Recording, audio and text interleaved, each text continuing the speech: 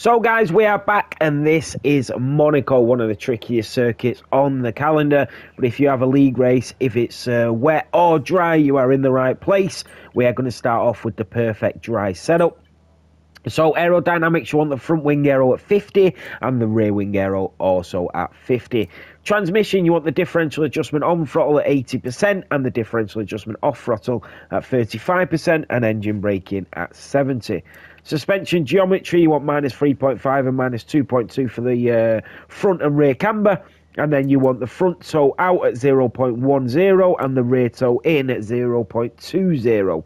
Suspension, you want the front suspension at 33 and the rear suspension at 7. You want the front anti-roll bar at 16 and the rear anti-roll bar at 11. You want the front ride height at 24 and the rear ride height at 58.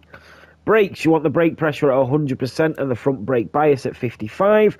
And then tyres, you want 22.5 for the fronts and 26.5 for the rears. Now, on to the wet setup around Monaco, updated 16th of July. So, aerodynamics, you want them exactly the same, 50 for the front wing and 50 for the rear wing. Transmission, you want differential adjustment on throttle at 40% and the differential adjustment off throttle at 20% and engine braking at 40 as well. Suspension geometry, same for the front and rear cambers, minus 3.5 and minus 2.2. Front toe out, you want 0.07 and rear toe in, you want at 0.17.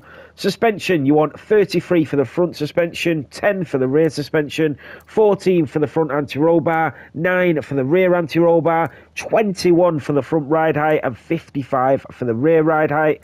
Brakes, you want 97% for the brake pressure and 56% for the front brake bias.